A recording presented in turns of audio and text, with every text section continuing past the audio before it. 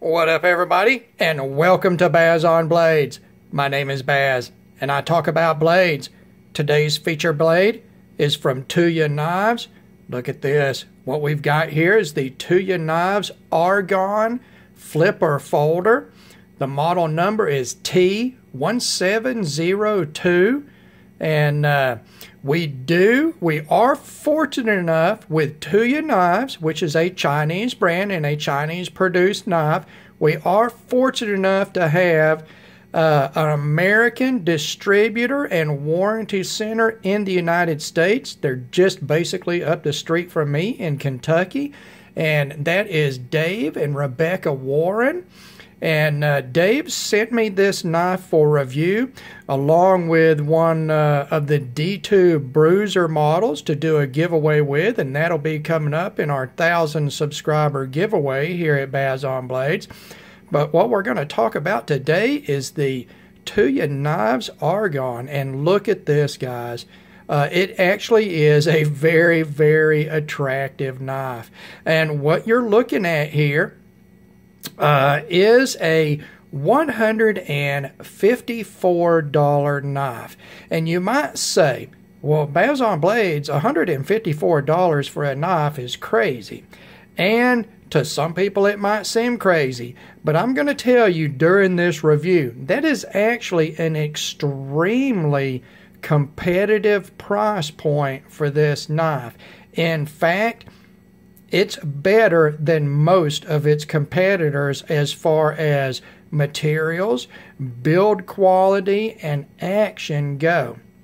Now, let's set this knife down very quickly. We're going to pull the packaging out here, and this is how the packaging came to me. Now, I do not know, I did not have time to talk to Dave Warren about this. I don't know if this is just for review knives or this is the way these are going to come, but it came in a Ziploc bag. Inside that Ziploc bag, it came in the Tuya knife pouch, and this is a zipper pouch. It is much like the Kaiser zipper pouch. In fact, it's laid out exactly the same on the interior, but it's done in a velveteen that is very nice. It does come with a Tuya Knives branded microfiber polishing cloth. Again, these zipper pouches, they are coming with these higher end Chinese produced knives from Tuya, from Riot, from Kaiser. They are a fabulous addition to these knives. It makes it seem much more premium than knives that come without this type of thing. And you know, there's a lot of $200 or $200 plus knives out there that come in just an old funky cardboard box with in a little bubble wrap baggie. So this is always very welcome from any knife manufacturer. And one more thing here, we're going to pull out Dave's contact information. I'll give you a good pause and read on this. And their website is through GoDaddy, and it's Tuya Knife EDC. Tuya Knife EDC. I'm going to put all this information for their website. I'm going to put the information for their Facebook page, all of that in the description section of this video, so you will be able to check that out. Now, let's get back to this knife. And this is a full-size titanium frame lock flipper folder. And it's running on a ceramic bearing pivot with ceramic bearing D10 in it. And it is very smooth and very crisp flipper. And I'm wanting to take a look at this thing at the beginning of the video because you do have a multicolor anodized handle treatment here on the titanium, and as I handle it during the video, you're going to lose a lot of the pop from that anodization because of the oil from my fingers. So you can see that it's in a blue anodization with sort of a little bit of purple and some bronze. You've got a bronze sort of, I believe that's aluminum trim ring there, and then a bronze milled titanium pocket clip and milled backspacer there. Very attractive, guys. So let's set this down really quick. Let's go ahead and knock out the numbers on this, the specs. Like I say, it's a full-size knife. So you're looking at about a 3.5-inch blade length, and that's slightly less than 9 centimeters. Blade stock thickness, I got 150 thousandths of an inch, or 3.8 millimeters. Your blade width, 1.1 inches or 27.7 millimeters. Your handle length, about 5 inches, really about 4 7/8 of an inch or 12.5 centimeters. The handle thickness, 543 thousandths of an inch or 13.8 millimeters. Your handle width at the widest point at the pivot, 1.2 inches or 30.7 millimeters. The closed width, including the flipper tab, 1.48 inches or 37.7 millimeters. You got an overall length of right at 8.5 inches or 21 centimeters. The stock pin diameter, 138 thousandths of an inch or 3.5 millimeters. Behind the edge thickness on the blade, I averaged from 3 different points and got about 22 thousandths of an inch or 0.55 millimeters. Your handle to blade ratio, 0.72, and your weight, 4.62 ounces or 132 grams. Now, as far as that weight goes, this knife is weight relieved, and I believe you can see that. Let's pull out a little additional light here. So you can see that, guys. It is weight relieved on the forward and lock side scale there, or frame, since this is a frame lock. So 4.62 ounces in a knife, a full titanium knife is 8.5 inches overall length, is pretty decent. Now, as far as materials, we are in what has quickly become a standard material set at this premium level. You've got S35VN for your blade steel. S35VN, again, is basically an upgraded version of S30V from Crucible Steels. It is an American-made powder metallurgy steel. It is high carbon, high chromium, vanadium alloyed, and niobium alloyed. And of course, the vanadium and niobium are carbide adders. So S35VN tends to be a pretty toothy and aggressive cutter, and you will typically see this steel Rockwell between 59 and 62 Rockwell. So what you're going to get is good to very good edge retention or wear resistance, good toughness, and good corrosion resistance. Again, I think that S35VN is about the most balanced and EDC-able of the high-end blade steels, stainless steels. So excellent there.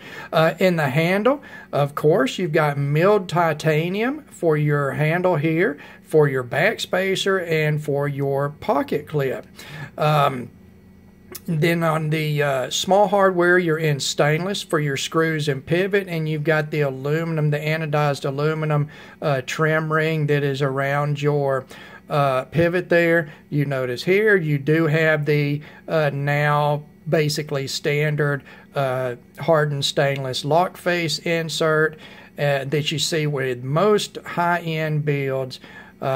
So, like I was saying at the beginning of the video, you're starting to see at the $154 price point, this knife is competitive with knives that are typically in the $200 to $240 price point, and I'm talking about both American-made and Chinese-made knives, say from Zero Tolerance or from Kaiser or from We Knives or any of those brands. They're doing S35VN in titanium with milled parts and lock face inserts.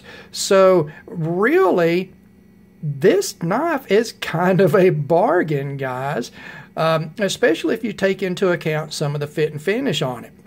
Now, as far as the fit and finish goes on the blade, it is in a flat grind with, you can see, a very fine and polished primary grind here, satin finish on the flats. You've got a fine stone wash finish, and then of course you've got the satin on the mid blade swedge right here.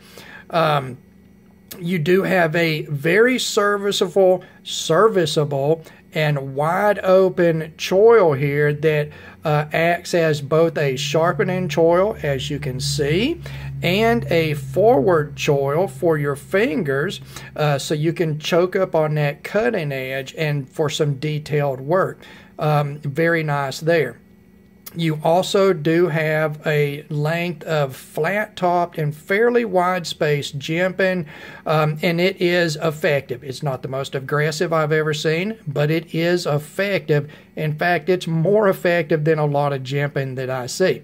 Now, as far as the fit and finish, well, let's go back to the blade. I want to say that the grinds are even. The primary grind's even from side to side. The secondary grind or edge is even side to side, and the swedge is even side to side. Very good on that. As far as the sharpening, it came extremely sharp from the factory with a very pronounced and piercy point. So no issues at all, fit and finish there. Now we'll go back to the handle. You can see here we've got quite a bit of extensive mill work on this handle. And I liken this to the look of a topographic map showing elevation. And that's what you have. You've got this really detailed, tiered, sort of organic look here around the perimeter of the knife. And what it does is you end up with a radiused handle from the front to the back and from the top to the bottom. All right? So it is very comfortable. It gives you a sort of a wider, a thicker center section, and then stair steps down towards both ends and towards the outside of the handle, front and back. It is very attractive, and I'm going to tell you what it reminds me of. There is a custom knife maker from Japan, and it's been a while since I've looked at any of his work. His name is Koji Hara, and he did, back in the day, say 10 years ago, he was doing a lot of stuff that had this sort of Zen garden type of tiered millwork on it like this. It reminds me of not only a topographic map, but the Japanese Zen gardens where you see the fancy patterned rake work in sand. It is very, very attractive. And of course, it is mirrored on both sides. Honestly, I just love I like this mill pattern as much as pretty much any mill pattern on titanium that I've seen so far. In addition, you've got this nice ball milled section here at the lanyard hole. The lanyard hole goes through the back spacer, so it is tunneled. You could put a paracord lanyard through there, and that indention or recess, the paracord will rest down in that rather than standing out from the scales and being bulky. And while we're back here, we'll take a look at that back spacer. As all of this knife, it is very well machined. It's chamfered on each side of it. and it's a very attractive. You've got a very attractive pocket clip here, and while we're doing fit and finish, look at the repeat of the millwork that echoes the look here on the scale and frame onto this pocket clip, and it is very, very fine millwork, and it is very attractive. Everything about this knife is well done. We'll take a look at the inside edge of the frame, which is chamfered. Okay, as far as your pass-through and lock bar here, you do have a wide chamfer on your lock bar. You've got a nice faceted pass-through here that is just enough of a pass-through to give good access to the lock bar here, but not too much to make it uncomfortable to grip. And then on the back, you do have this wide chamfered sort of landing pad from when you use it, when you open it with the flipper. That's sort of after you come off the flipper tab, your finger lands in this area. It makes it a little more comfortable to use. So fit and finish wise, again, we are competing with knives that cost $50 or $70 more than this knife. Tuya is bringing to us a very high-end build that is competitive with more expensive knives in the same materials, guys. This knife is a very good deal. Fit and finish, absolutely perfect. I've not found anything on the knife that is not, as far as I can tell, perfectly done. Now, the action. Of course, this is on a ceramic bearing pivot with a ceramic detent. The flipper action, explosive. The detent is absolutely perfect. It is absolutely smooth. And this knife reminded me of something, and I could not place it, what the action reminded me of. It took, about a week of carrying it before I could place what the action reminded me of. It feels, in the action itself, it feels like my Riot District 9B did. In the flipping action, the feel of the bearings, the feel as you rotate it on the bearings, the slight little hissy sound that the ceramic bearings make, it feels just like that. And you know what? To compare this knife to a Riot knife, hey, that's a win right there for Tuya, because Riot is considered to be basically the upper end of the high-end Chinese product that we have grown to love in the last 5 years or so. So excellent, excellent work from Tuya as far as action goes. The lockup on this, about 25 or 30%, and absolutely rock solid with no sensation of movement in any direction. The centering, pretty much perfect on it. It looks great close. I mean, look at it from right here. There is not much room on either side of that blade for the centering to be off. Excellent, excellent action on this knife. No issues there. Now, as far as ergos and utility go, let's take a look at the blade first. This is a very unique blade profile for me. It is 98% a trailing point. Okay, you've got a short section of flat here and a long belly rising to the point, and that's where it stops being a trailing point, because from the swedge grind forward, you get this very slight drop. It's an optic thing. You look at it and you're like, okay, what am I seeing here? Because it's so subtle. If it wasn't for that very slight drop, this would be a trailing point blade. You've got this high flat grind that gives you a nice thin edge, and of course you can see there that satin finish has a fairly high polish, and it is showing every time that I touch that because I've got something on the blade. I've got Tough Glide on the blade. But the high flat grind gives you a very slicey edge.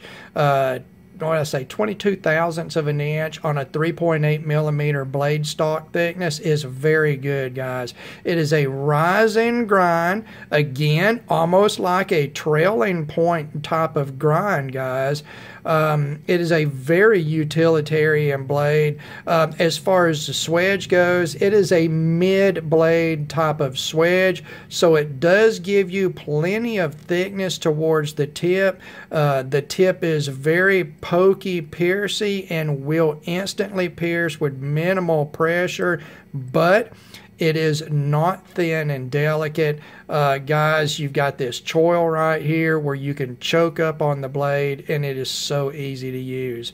As far as the handle goes, you've got a moderate finger choil, and then the rest of the handle is wide open and ergonomic. You've got a light radius across the length and the back of the handle here, so it's curved just enough to be comfortable in the human hand. It drops down at the butt. You've got this wide open section here, so you're comfortable. You're not confined to any specific grip. Forward grip is good. Reverse grip, excellent. You can see I've got a great place to cap the butt in with my thumb. The only grip that I don't like is the draw cut grip, because the flipper tab, I'm sorry again, the flipper tab does intrude into the webbing between your thumb and first finger, but because of the way you've got this tiered milling and the way it steps down and thins out towards the front of the scales, it is excellent for a pinch type of cut, guys. Very, very comfortable for that type of cut.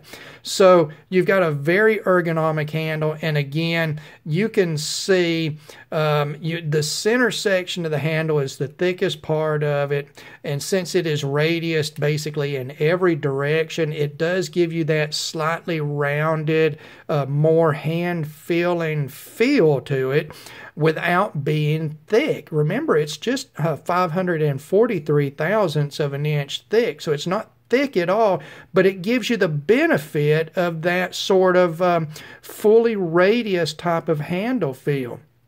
Excellent handle design, guys. And I want to show you something else here.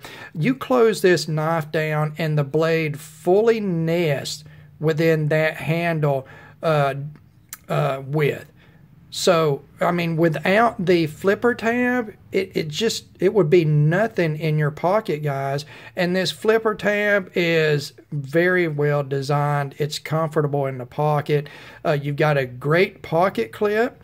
It goes in and out of the pocket very easily, guys. I will say that the pocket clip, there's not a lot of room between the scale or frame and the pocket clip in the center of the knife, but as this stair steps down the milling, you get plenty of room at this end of the pocket clip for your pocket material. And since that is going to be the thicker part of your pocket material, the edge, that works out very well. So it's a little deceptive because it looks so close at this end, yet you've got plenty of room at this end. I mean, guys, I just feel I don't want to give the impression that I'm going on and on with this knife because it was sent to me for no charge for review, but I absolutely love this knife. The only thing that I don't really love about it is the factory anodizing. And I generally prefer a solid color anodizing rather than the fade from the blue to purple to bronze. So, as an added treat for everyone, I am going to delve into titanium anodizing, and we're going to do an episode of the Bazon Blades mod shop. We're going to re-anodize these scales.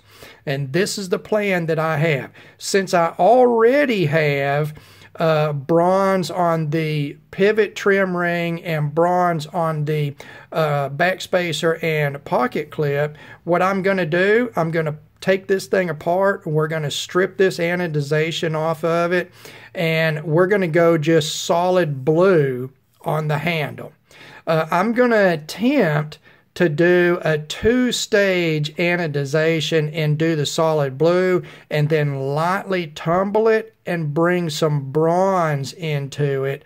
And it'll be very subtle, the bronze. It's sort of that anodization that you don't see the secondary color except from specific directions. I'm going to try that. If I can't pull that off, then we're just going to go solid blue.